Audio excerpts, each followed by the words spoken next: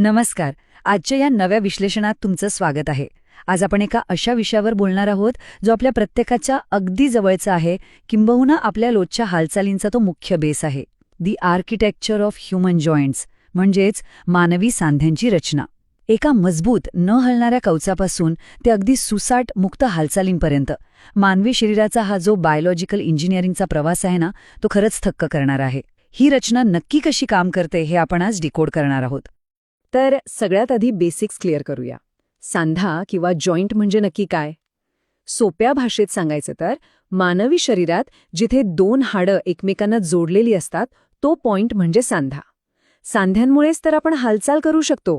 विचार करा, जर सांधेच नसते तर आपला सांगाडा एका जागी खेळलेल्या लाकडी बाहुल्यासारखा राहिला असता नाही का? या स्थिर सांगाड्याला एका डायनॅमिक आणि ॲक्टिव्ह शरीरात बदलण्याचं सगळं क्रेडिट या सांध्यांना जातं.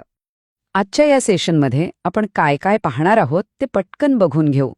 आधी सांध्यांची थोडक्यात ओळख करून घेऊ, मग अचल सांधे, अल्पचल सांधे आणि चल सांधे व त्यांचे प्रकार बघू, आणि शेवटी या सगळ्याचा एक मस्त रिव्ह्यू घेऊ. चला तर मग सुरुवात करूया आपल्या पहिल्या भागापासून.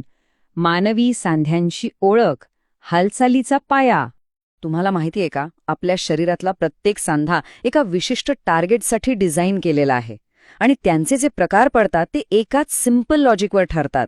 ते म्हणजे त्या सांध्यामध्ये किती हालचाल शक्य आहे. ह्याच बेसिसवर मुख्य 3 प्रकार पडतात: अचल सांधे म्हणजेच इममुव्हेबल जॉईंट्स, अल्पचल सांधे म्हणजेच स्लाइटली मुव्हेबल जॉईंट्स, आणि चल सांधे म्हणजेच मुव्हेबल जॉईंट्स. निसर्गाने झिरो मुव्हमेंटपासून ते मॅक्झिमम मोबिलिटीपर्यंत किती भारी सिस्टम बसवली आहे हे आपल्याला यातून समजतं. आता वळूया आपल्या पहिल्या कॅटेगरीकडे.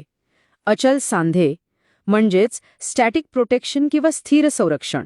या सांध्यांबद्दलची सगळ्यात भारी आणि थोडीशी अचंबित करणारी गोष्ट म्हणजे या सांध्यांमध्ये अजिबात हालचाल होत नाही. हो, अगदी झिरो मूव्हमेंट. इथे हाडं एकमेकांना इतक्या घट्ट फिक्स जोडलेली असतात की तिथे लवचिकतेला चान्सच नसतो. आता तुम्ही म्हणाल, सांधा आहे तर हालचाल का नाही? तर कसं आहे, शरीराला जिथे फक्त आणि फक्त एका भक्कम तटबंदीची गरज असते तिथे हे सांधे काम करतात. तिथे हालचाल नसणं हा दोष नाहीये, तर ते त्यांचं सर्वात मोठं फीचर आहे. याचं बेस्ट उदाहरण म्हणजे आपली कवटी. आता बघा, आपला मेंदू हा शरीरातला सगळ्यात नाजूक आणि VIP अवयव आहे, बरोबर? मग त्याच्या सिक्युरिटीसाठी एका अभेद्य तिजोरीचीच गरज असते. कवटीतले हे अचल सांधे मिळून हीच बायोलॉजिकल तिजोरी तयार करतात.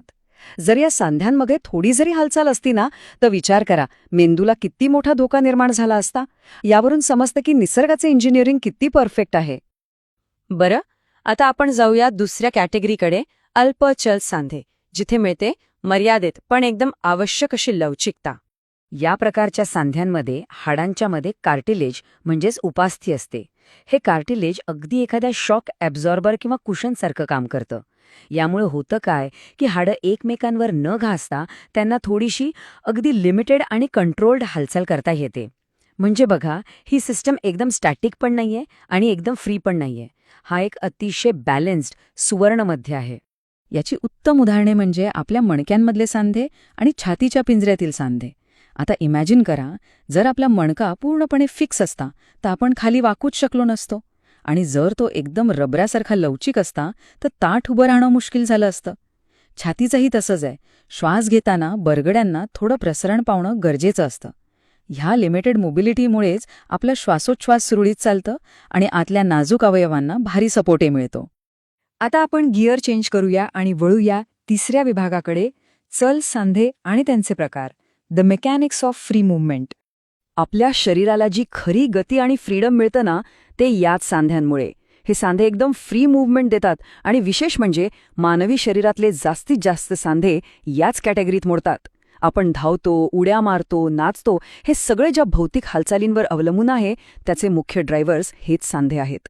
आता या चल सांध्यांमध्येही हालचालींच्या पॅटर्ननुसार काही मस्त उपप्रकार पडतात, ते आपण बघूया. यातले पहिले 2 एकदम कॉमन उपप्रकार म्हणजे बॉल अँड सॉकेट जॉईंट आणि हिंज जॉईंट म्हणजेच बिजागरी सांधा. बॉल अँड सॉकेट सांध्यामध्ये तुम्हाला सर्व दिशांना हालचाल करता येते, जसं की आपला खांदा किंवा नितंब. तुम्ही तुमचा हात खांद्यापासून असा गोल फिरून पाहिलात तर तुम्हाला ते 360 डिग्री फ्रीडम जाणवेल. दुसरीकडे बिजागरी सांधा बघा. हा सांधा अगदी दरवाजाच्या बिजागरीसारखा काम करतो, फक्त एकाच अक्षावर एकाच दिशेने. जसं की कोपर किंवा गुडघा. तुम्ही कोपर फक्त एकाच बाजूला दुमडू शकता, हो ना. दोन्ही सांधे भारी हालचाल देतात, पण त्यांचं मेकॅनिझम एकदम वेगळं आहे. या सांध्यांमध्ये आणखी 2 इंटरेस्टिंग टाईप्स आहेत. एक म्हणजे पिवट जॉईंट किंवा धुरी सांधा. हा एका अक्षाभोवती रोटेट होतो. आपली मान हे याचं परफेक्ट उदाहरण आहे. यामुळेच आपण नाही म्हणताना मान इकडे तिकडे वळवू शकतो. आणि दुसरा म्हणजे ग्लायडिंग जॉईंट किंवा घसरणारा सांधा. इथे हाडं एकमेकांवर गोल न फिरता अत्यंत स्मूथली एकमेकांवरून घसरतात. आपले मनगट आणि घोटा इथे हे सांधे असतात. याचमुळे आपण पेनाने लिहिण्यासारख्या एकदम नाजूक आणि कॉम्प्लेक्स हालचाली सहज करू शकतो. चला तर मग, मानवी सांध्यांचा हा जो एकंदर थक्क करणारा प्रवास आपण पाहिला, त्याचा आता शेवटी एक क्विक रिव्ह्यू घेऊया. हे एक छोटंसं पण महत्वाचं टेबल आहे, जे सगळं कसं एकदम क्लिअर करतं. अचल सांधे, जिथे 0 हालचाल असते, जसं की आपली कवटी, जी मेंदूला सॉलिड प्रोटेक्शन देते. अल्पचल सांधे, जिथे अगदी लिमिटेड हालचाल होते, जसं की मणका, जो सपोर्ट आणि फ्लेक्सिबिलिटी यांचा परफेक्ट बॅलन्स राखतो. आणि चल सांधे, जिथे हाय आणि एकदम फ्री मोबिलिटी असते, जसं की खांदा आणि गुडघा, जे आपल्याला हवी तशी ॲक्शन करू देतात. हे फक्त एक टेबल नाहीये मित्रांनो, तर हा आपल्या शरीराचा एक मास्टर प्लॅन आहे. आता जाता जाता एका गोष्टीवर नक्की विचार करा. भक्कम संरक्षण देणारे हे अचल सांधे आणि प्रवाही गती देणारे हे लवचिक सांधे, या दोन्हींच्या या परफेक्ट कॉम्बिनेशनशिवाय आपण माणसं आज जिथे आहोत तिथे पोचलो असतो का? जर आपले हात मुक्तपणे चाललेच नसते तर आपण अवजारे कशी बनवली असती? आणि जर कवटीने मेंदूला अभेद्य सुरक्षा दिली नसती तर माणसाने एवढी प्रगती कशी केली असती? आपल्याच शरीरातली ही इंजिनिअरिंगची कमाल खरंच अफाट आहे. आय होप आजच्या या विश्लेषणातून तुम्हाला तुमच्या स्वतःच्याच शरीराकडे बघण्याचा एक नवा दृष्टिकोन मिळाला असेल. चला तर मग भेटूला पुढच्या विश्लेषणात.